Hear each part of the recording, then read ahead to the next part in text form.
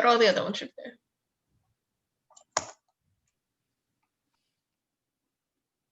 Okay. Let's see. Let's start with this. 1, 2, 3.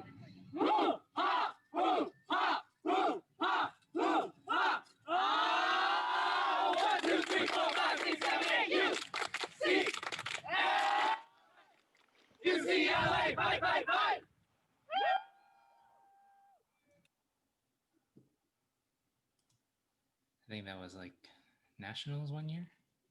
Wow, I like it. Florida. All right. This is lesson number 5, even though Matthew did something last week. It was more of a review, so this is My lesson really number lesson 5. All right. Today, we'll just kind of review kind of what was already done last time. I'm not going to dwell too much on it. And then today we're going to do transfer to hold. We're going to do some expansion. We'll talk about a few archery exercises. Nothing too like in detail, but like just general things you can work on. And then we'll talk a little bit about tournaments, even though it doesn't seem like there's going to be that many for us this year. But we'll see. Okay, like we said, I'm going to review. Well, the first thing we talked about in the last lesson was setup. And setup is just really important for kind of like setting up everything when you are shooting. It's kind of like the beginning of like your shot is where you start to actually kind of begin the shot. Everything else up until setup was kind of like your foundation, getting ready, everything ready, being prepared. And then now the setup is the start of actually bringing the bow up, getting everything into position, getting your body aligned so that you can be successful in your shot. So stuff that's important about setup is keeping your shoulders level and down. So you spread them down and you keep them down as low as possible. During setup, you're lifting the bow up. You want to keep your hands parallel to the ground. As you can see, she's keeping her hands level as she's kind of bringing it up into this position here.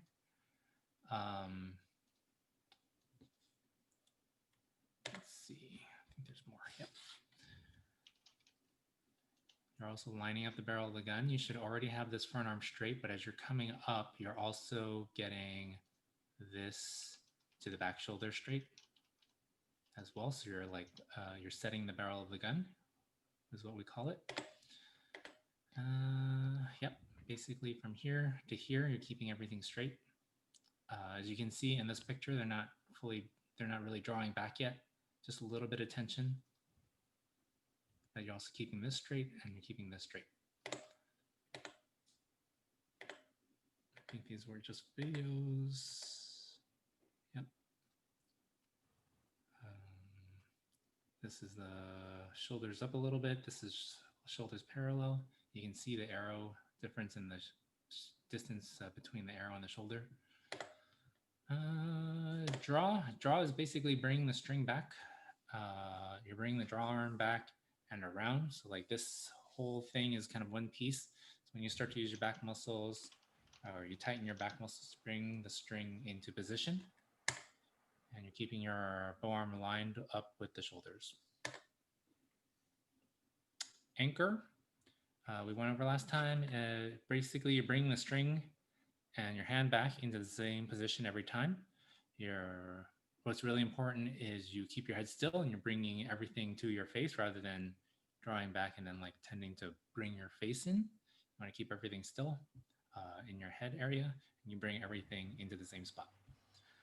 So in recurve, you're touching the string to your nose, you're bringing your knuckles up into your jaw, pinky touches neck, and you're using your back muscles to kind of bring everything into your face, and you're drawing back and around. Pretty much same with compound. You bring the string to your nose and lips. You hold the release differently, so your hand is kind of upside down in relation to recurve. So you're bringing the knuckles underneath the jawbone, and then you're looking through the beep sight. But otherwise, it's the same. Use your back muscles to bring the string into your face, and then you rotate your arm around. Barebow is a little bit different, but still you're bringing everything to the same place every time. Index finger to the corner of your mouth, and then you're bringing your hand kind of up into your cheekbone here. But you're trying to bring everything into the same spot every time. Bow hunter is basically like compound. You use the same release, so there's nothing really different about it. Okay, purchasing equipment, we went over that. We talked about like a recommended equipment list. We talked about getting discounts through Lancaster Archery. A few people have already put in orders, mostly kind of like the older people, but it's still available if you want to purchase stuff. And Archery Talk if you want to try using forums and getting like used equipment. Now, this is our usual technique at a glance, kind of the same steps that we've looked at. Just to refresh everybody what the steps are: stance, knock, hook and grip, set. We went over setup today so far, draw to load, and anchor. And then today we're going to go over transfer to hold, which is kind of bringing yourself more into alignment, and then tightening your back muscles and trying to get as much bone-in-bone contact as possible. So you're relieving as much stress off of your muscles as possible, so that you have a nice strong shot. And then we're also going to talk about expansion, which involves like focusing on the target, and then you just kind of like have a feeling of opening up to the target. You're expanding through. You're compressing your bone structure so that it feels like you're increasing the weight without moving too much. And then next week we'll go over release and follow through, and we'll go over feedback. So today we're going to talk about transfer to hold and expansion with a little bit of aiming. Okay. Basically, transfer to hold, if we were talking about how, like what's actually happening in transfer to hold, transfer to hold is kind of like the last little step before you are really executing your shot. So like in the beginning, we have the foundational steps. We have like stance, knock, hook and grip, and set, right? That kind of gets you prepared to start your shot. Right? That gets you ready to shoot an arrow. Setup, draw to load, anchor, and transfer to hold are kind of the setup of your shot. It's like getting into position to shoot a good shot. Those 4 steps are for basically getting into position in order to shoot a successful shot. Transfer to hold is kind of that last little bit. Setup, draw to load, and anchor. You're using a lot of muscle because you're kind of maneuvering the bow and everything into position. You don't quite have like the complete bone structure alignment yet. Transfer to hold is that last little bit where you're switching from using like the muscles to control the bow and getting it into position, and then you're transferring everything into your bone structure as much as possible while maintaining tension in your back. And that's about as simply as I can explain transfer to hold. Holding is like that moment when your bone structure is holding as much of the weight of a bow as possible, and is right before you begin executing your shot.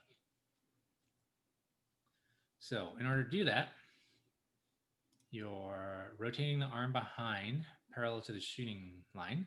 So basically that means keep this arm, the forearm, and the shoulder and the elbow, the land two, basically. You're keeping this together, and it's kind of shifting back.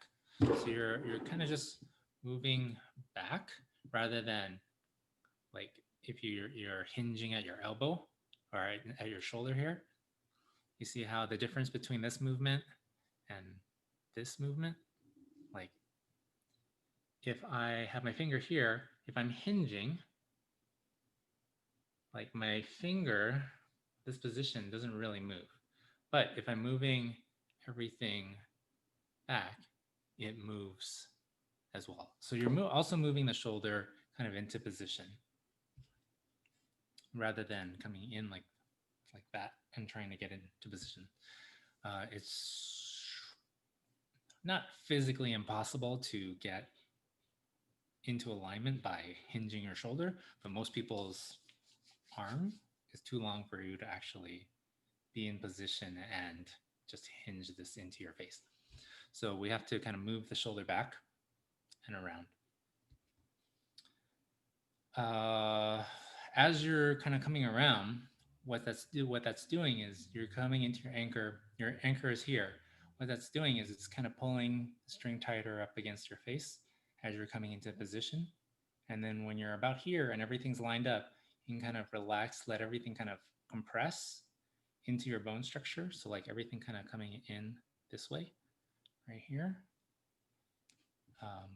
All these forces are just kind of compacting your arm down to your shoulder, and you're letting it sit. A good way to kind of like think about it is if you have a stretch band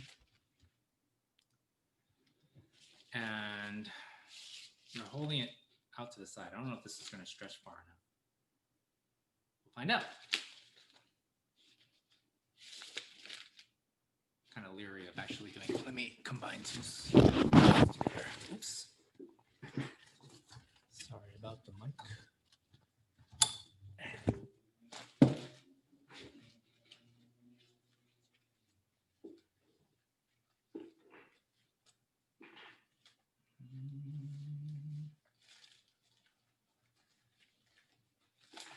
All right. So if you hold the stretch band out, focus, there you go. And you hold it out like this, and it's not straight, and it's just out here. You're using a lot of muscle to kind of hold this position, right? If you don't want to move your arms, it takes a lot of effort to kind of keep your arms apart. But as you go further apart, once you get to the point where your bones are lined up, right here, see this? All that tension is kind of compressing into my bones, and I'm not getting as tired as quickly. Like I can hold this a lot longer than if I were to hold it just a little bit forward, where now my muscles are holding the stretch bands apart. So that's the idea of holding. Kind of get everything into position so that you're using a lot less muscle, so it's not as hard to shoot your shot than it is if you were just using your muscles.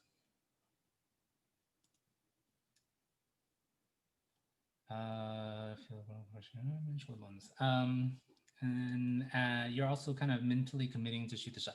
Once you're here and you feel that transfer, and that means you're kind of like ready to go. You're ready to execute the last shot, last bit of your shot, execute the shot and shoot your arrow. And that's basically transfer to hold. It's a complicated idea, but it's very important, and it's very important in terms of consistently shooting well, because it helps you be very consistent when you're setting your shot up. Whoops, wrong button. Next is expansion. And you're already at full draw, you're ready to shoot. Expansion is that beginning of your execution of your shot. So your expansion is basically like if you were opening up a little bit here in the chest, if you were kind of, sorry, It's like, imagine this is my chest here. The palms of my hand are my chest. And you basically just kind of want to feel it opening up. So like, as though this was, as though this were kind of opening like that. But just more of a feeling. We're not really like moving your arms apart. You just need a little bit of feeling like you're kind of like, you're like kind of opening up against the bow, and that's expansion. You're rotating your arm, you're continuing that rotation back and around. So that's kind of pulling the string further back and coming around. You're feeling, like I said, you're feeling your chest expand, and then you're compressing that bone structure more, and you keep your shoulders down. Focusing on the target, that's kind of like aiming, and we'll talk about that in the next couple slides, but that's basically the feeling of expansion. Like you're kind of pushing against the bow while you're pulling against the string, and that feeling of doing that until the arrow leaves. That's really the important part of expansion. You always want to feel like you're drawing the bow back, even if you're not drawing it very far, or if you're pulling against the wall of a compound. You want to make sure that you always feel tension, like you're pulling back against the string and you're pushing against the bow. Because once you lose that feeling, if you feel like you're stopping in a position, then it's really easy to lose that tension without realizing it. It's really easy to come forward, and that's not what we want when we shoot archery. We want to maintain a nice, smooth shot where everything's always going backwards until you release, until you're done with your shot. So that's kind of like the purpose of expansion. You want to always be opening up and feeling that expansion and that resistance against the bow, so that when the arrow leaves, it's leaving in the proper with the proper force. Because it's all about physics, you know. So if your hand's going straight back the whole time, when the arrow leaves, it's going to go straight forward. But if you're stopped and you try to let go, something's going to happen. It's either your hand's going to go to the side or your hand's going to go forward. Nobody's perfect enough where they can bring their hand back here into one position and then just let the string go perfectly without doing something to the arrow that you don't want. So the idea of expansion is we want the arrow to go straight forward. So if we're going straight back all the time, hopefully the arrow is going to go straight forward. And if there's any kind of like inconsistencies, it'll just maybe go straight forward a little bit faster. And it won't show up as big a difference downrange at the target. So that's expansion. You want to make sure that you always draw against the bow, and that when you let go, the arrow goes straight. Okay. Part 2. This is about aiming mostly, and kind of looking through the target. When you're aiming with a sight, or with like the tip of the arrow, or with a scope, you always want to make sure that you're centering the large ring around the target, or you're putting the dot in the center of your target. Compounds will aim by centering this peep. This peep is in the back on the string, and they put that peep around the scope. Aiming in general, people get fairly easily, at least when you use a sight, because you're basically putting a circle around another circle around the target, or you're putting the dot on the center. So that's pretty easy to understand. For bare bows, they aim a little bit differently. They don't have sights. They're not allowed to use sights. So what they'll do is they'll use the tip of the arrow a lot of times. And when you do that, you basically pick a spot on the target that you know is going to hit where you want it to hit. So looks like this person right here is going to aim here. They put their tip of their arrow right here in order for the arrows to go in the middle. This slide is talking about string alignment, but that's kind of like the idea. You basically put your arrow in one spot, and then the arrow will go, hopefully, where you want it to go. And that's the idea of aiming. Because that's basically what's happening with the sights as well, except with a sight, you can move it so that you're always aiming at the middle. With barebow, you don't always have that luxury. Sometimes you're aiming above, sometimes you're aiming below. Very rarely do you aim exactly at the center. And another thing that you want to check when you are aiming is you want to make sure that your string is aligned properly with your bow or with your scope. So with a compound, you've got the peep sight. So you're centering it around the scope. So it's kind of like lining up the front and back end of a rifle, if you know what that's like. You're just trying to line everything up so that you shoot the same every time. Because if you keep the front the same, but the back varies, then the arrow is going to be pointed differently. Even if this is always on center, if the back is different, your arrows are going to fly differently. And that's the idea with string alignment on a bow, on recurve as well, recurve and barebow. You basically can see the line, or the string, in your peripheral, so it'll kind of be blurry like this picture. You always want to line it up with the same part of the bow. It doesn't necessarily have to be the same spot, or it doesn't have to be the same for everybody. I typically will line up my string here, but like ideally, if you can, you would line it up here against the riser in the middle here, where it's much easier to see. But I do this. It's not ideal, but like this would be like ideal, but you don't have to do it. Sometimes like the way people turn their head, like the string's just way off and it's very hard for them to get it, to move it enough into position. And you kind of do that by turning your head on the string so that the string lines up in front of your eye differently.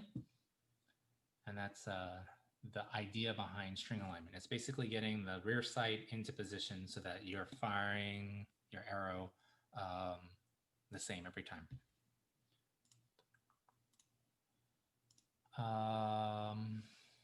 This slide has to do with basically how you hold on the target.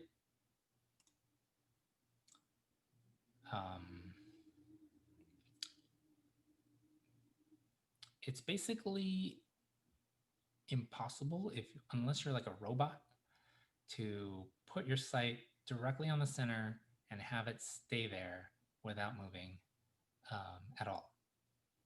So a lot of people, when they're just beginning and they're not as strong and they're not as skilled at maneuvering their bow, their sight's going to float everywhere. Even though they're trying to aim in the middle, their sight's going to float. That's fine. Everybody's sight floats. Your sight might float a little bit more than others. That's okay. A lot of times your body will adjust to compensate for where your sight is when you release it. So it's perfectly okay to have like a really wide float with your arrow, with your sight, sorry. As you get better, that floating tends to get smaller. So you can see this is a lot smaller than before. In general, you kind of want to control it a little bit. You can't control it enough so that it stops and is directly centered 100% of the time, but you can kind of control how it floats. So a lot of people will kind of just figure eight it around like this, as close to the center as possible. And that's all you really need to do. If you're kind of like right here and you shoot, you're still going to be in the gold. Then that's really, really all you need.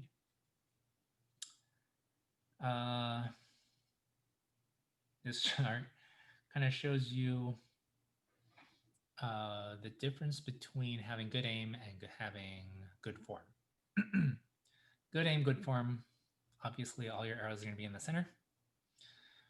Good let's see, what do I want to say? Good form and bad aim kind of ends up like this. Your arrows go where you aim. But if you aim poorly and you always aim over here, the arrows are going to go over here. But that's fine. That's not terrible, because at least you can control that. You can fix your aim much easier than you can fix like bad form. If you just have bad form and good aim, having good aim isn't necessarily going to have your arrows go into the middle if you have bad form, because if you have bad form, your arrows are just going to go randomly unless you can predict where your arrows are going to go due to your form mistakes. Your arrows aren't going to go in the middle, and it's going to be very hard to actually fix that problem while you're shooting, because you don't know, you're getting very little information from where your arrows land, even if you have good aim. There are ways, there are different things of where your arrows go that kind of tell you what you could be doing wrong. But if it's not consistently going in the same areas, then it's really hard. Like this, it could just be a new shooter who's not that familiar with shooting, or something really, really wrong with somebody. If they're like a good shooter, but this is kind of like their group, it's really hard to tell what's wrong with something like this. Whereas like if they're up here and they're grouping, I could say, well, generally you see the arrows down lower here. You could say if they're down here, that you might be collapsing when you're shooting. So your like expansion isn't strong enough. You're not expanding throughout the shot. Like if you don't do that, they tend to go low and forwards in front of you. So if you're a right-handed shooter, they're going to go here. If you're a left-handed shooter, they're kind of going to go down here. But if you have bad form and it's like not consistent in a lot of ways, then it's going to be hard to tell. Bad form, bad aim, obviously that's not going to look good, and it's going to be hard to tell. But what can you do? Yeah, so yeah, when you're aiming, you want to make sure you're just kind of floating. Let the sight float around the target. It doesn't need to be centered. It doesn't need to be perfectly centered around the target all the time. Okay, that was the stuff on form. If you have any questions, feel free to ask. If not, I'm going to continue on into some exercises. Okay, so in my previous slide, I listed SPTs. We've already gone over SPTs, so feel free to go and review those slides if you want to learn more about SPTs. Those are very specific archery exercises you can do to help improve strength, flexibility, endurance, and what was the last one? Alignment, I believe. So those are good ones to look at in terms of building strength or building endurance specifically for archery when you're shooting. There are a few things you can do without a bow, that are kind of just general exercises that you can do that are helpful as well. Stretching. A lot of the exercises you can do for archery are basically either like shoulder and chest and lat, like kind of upper body exercises to improve strength, core to kind of improve core and legs, really, in order to improve balance and your core strength. So stretches help you help prevent injuries. So stretching your wrists and stretching your shoulders, those are really important, especially the shoulders and like especially the elbow here, getting that into position. So those stretches really help in terms of getting you into alignment better. So wrist stretches, you can kind of like stretch your wrist kind of prevent yourself from getting injured. Shoulder stretches, just any stretches like this, or reaching back behind you, straight back like that. Just stretching shoulder. This should be shoulder. For building strength in your shoulders, there's lat pull downs, which is basically when you have, this is like a machine. So you grab the bar and then you pull down. These are lat pull downs. They're basically pull-ups. You can do that if you have a bar, or it's really hard to do it. I'm sure there are ways to do it with like just weights or something, but I can't think of them right now. Reverse flies is when you're standing and you have weights in your hands and you lean forward and you bring them up like this. And front raises is when you have weights and you just kind of bring them up. That. You do both if you want. But it helps basically build the strength in your shoulders so that you have more control over them, so that you can kind of bring them down more, so you can control them better, and you have more strength to draw the bow back. Kind of builds your lats as well, which also helps in drawing the bow. Most upper body exercises will help.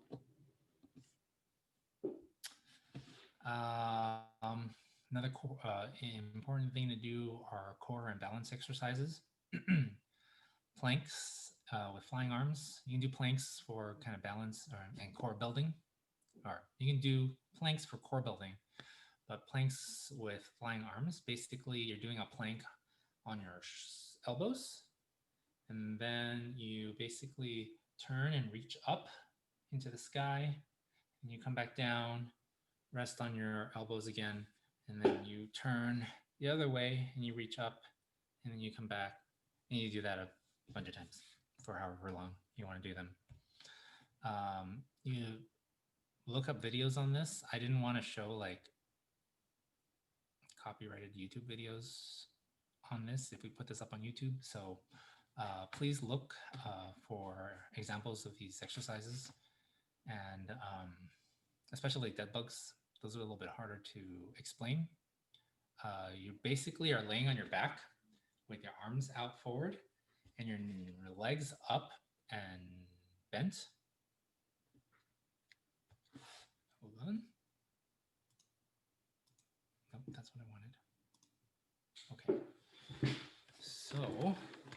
So you basically are laying on your back like this, and then you have both legs up with your knees up like this, and then you alternate.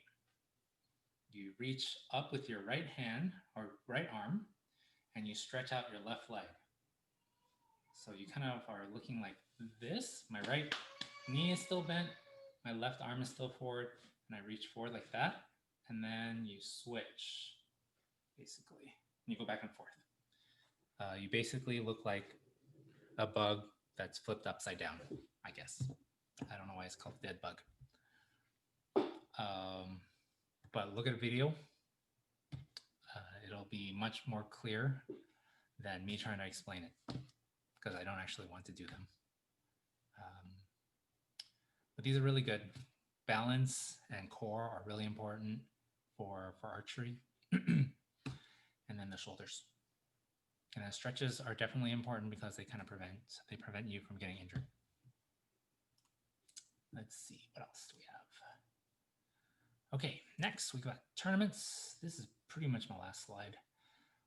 When does the team compete? We basically typically go to 4 tournaments a year. 2 indoor, the SoCal Collegiate or the State Indoor, and the National Indoor. So those 2. And then we also go to 2 outdoor tournaments, the West Regional Tournament and the National Outdoor Collegiate Championship. So those 4 tournaments. I don't know what's going to happen. I am pretty sure we're not going to go to a State Indoor or collegiate thingy at the SoCal.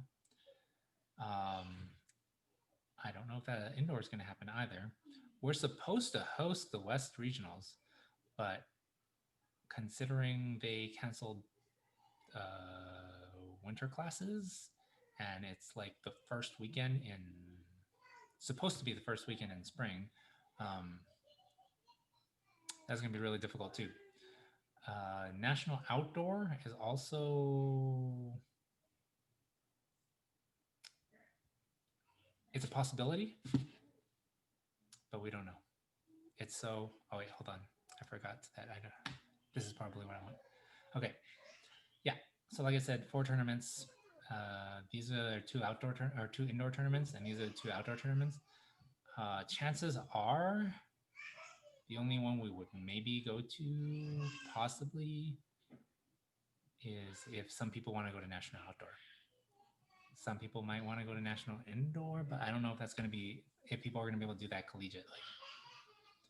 West Regionals doesn't look like it's very likely to happen. Mostly this is all kind of due to the COVID restrictions. If we're not allowed to go to tournaments, that's really unfortunate. However, if you are shooting and you do want to test your metal against other people, there are other tournaments you can go to. There are other ways you can kind of shoot competitively that's not necessarily with the club. So there are like a bunch of unofficial tournaments. Feel free to look up tournaments if you want to go compete. The biggest one is in Vegas. I don't know how big it's going to be this year, but it's really, really popular, and like thousands of people go there to shoot every year. And then there are outdoor tournaments, USAT tournaments. Those are all across the country, but there are a couple that are closer. One's in like Arizona and one's in San Diego.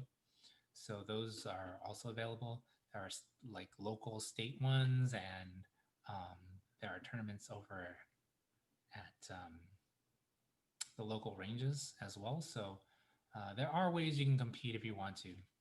Unfortunately, you just won't be able to compete collegiately because of all the things that UCLA is restricting us on. And it's not just UCLA, it's like the state.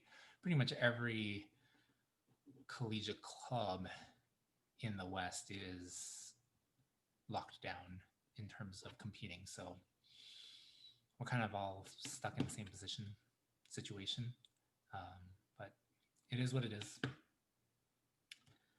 Let's see, what else do I have? Nope, wrong button. I think that's it. If you guys have any questions, feel free to ask.